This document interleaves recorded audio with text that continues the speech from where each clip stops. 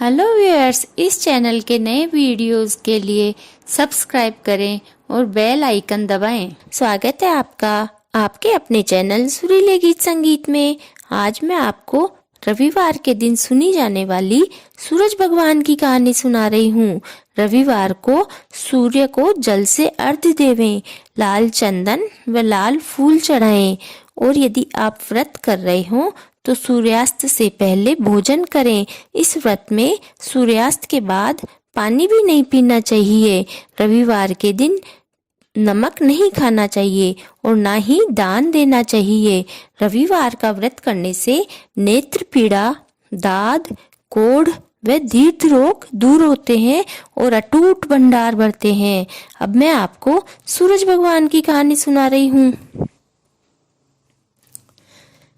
एक ब्राह्मण था, वह सूरज भगवान का भक्त था। ब्राह्मण नित्य क्रम से निवृत्त होकर सूरज भगवान की पूजा करने बैठ जाता था।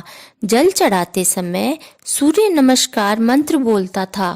ओम मित्राय नमः, ओम रवये नमः, ओम सूर्याय नमः, ओम भानवे नमः, ओम खगाय नमः, ओम पुष्णे नमः, ओम हिरण्यगर्भाय नमः, ओम मरीचये नमः, ओम आदित्याय नमः, ओम सवित्रे नमः, ओम ऐकार्ये नमः, ओम भास्कराय नमः, ओम श्री सवित सूर्य नारायणाय नमः।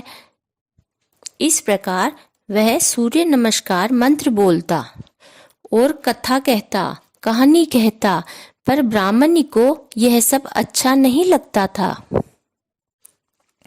वह कहती, आप दिन भर बैठे रहते हो, कमाई नहीं करते हो, तो ऐसा कैसे चलेगा। तब ब्राह्मण कुएं पर जाकर बैठता तो वहां पणिहारिन नहीं बैठने देती और बाहर जाकर बैठता तो लड़के नहीं बैठने देते। हाट पर जाकर बैठता तो वहां हटुआ नहीं टिकने देता। तब ब्राह्मण निराश होकर बावनी उजाड़ में जाकर बैठ गया। ब्राह्मण वहां जाकर नहाया धोया, फिर उसने पूजा पाठ किया, कहानी कही, कथा कही। तब वहां एक सूखा पीपल का पेड़ था, वह हरा हो गया। सूखा तालाब था, वह जल से भर गया। तब पीपल में से सूरज भगवान बोले, ब्राह्मण मैं टूटूं, तुम मांगो। तब ब्राह्मण सोचने लगा कि यहाँ जंगल में कौन बोलता है, कोई दिखता भी नहीं है। सांझ होते ही ब्राह्मण अपने घर को चला जाता।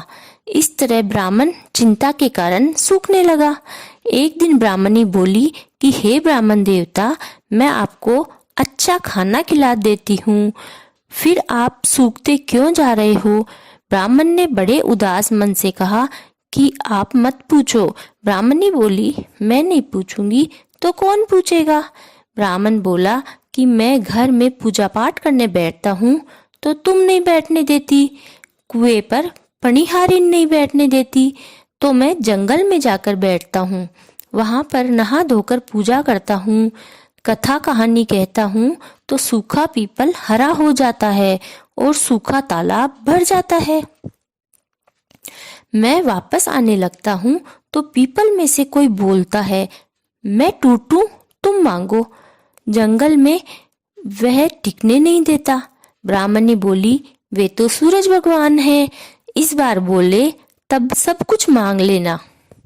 ब्राह्मण बोला, क्या मांगू। तब ब्राह्मणी बोली कि ऐसे मांगना,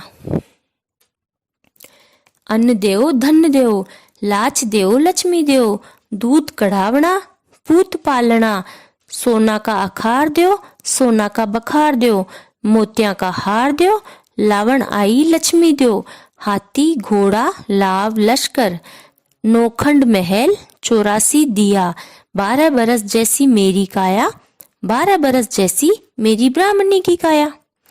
दूसरे दिन सूरज भगवान बोले, ब्राह्मण मैं टूटूं, तुम मांगो। तब ब्राह्मण देवता ने सब कुछ मांग लिया। सूरज भगवान बोले, ब्राह्मण तुम तो भोले से दिखते थे, पर बहुत कुछ मांग लिया, पर जाओ तुम्हारे सब कुछ हो जाएगा। अब ब्राह्मण घर आया तो टूटी सी झोंपड़ी थी और बुढ़ी सी ब्राह्मणी थी, वह नहीं दिखी। महलों में ब्राह्मणी बाल बाल में मोती पिरोए खड़ी थी।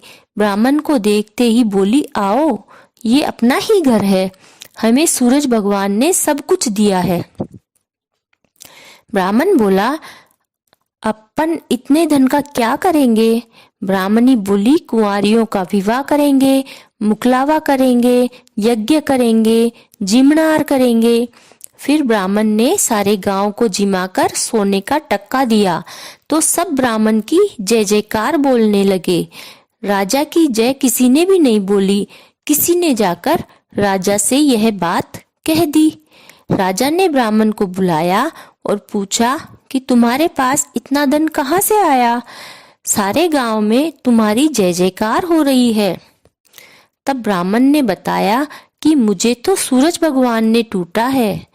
राजा बोला, मेरे पास तो धन बहुत है पर पुत्र नहीं है, सो मुझे क्या करना चाहिए?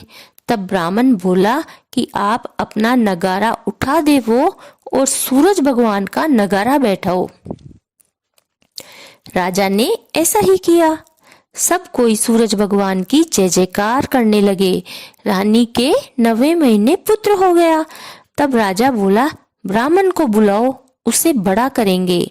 ब्राह्मण बोला, महाराज, सूरज भगवान को बड़ा करो, वे ही सबकी मन इच्छा पूरी करते हैं।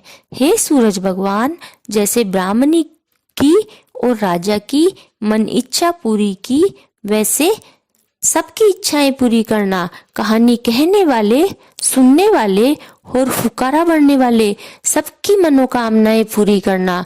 बोलो सूरज भगवान की।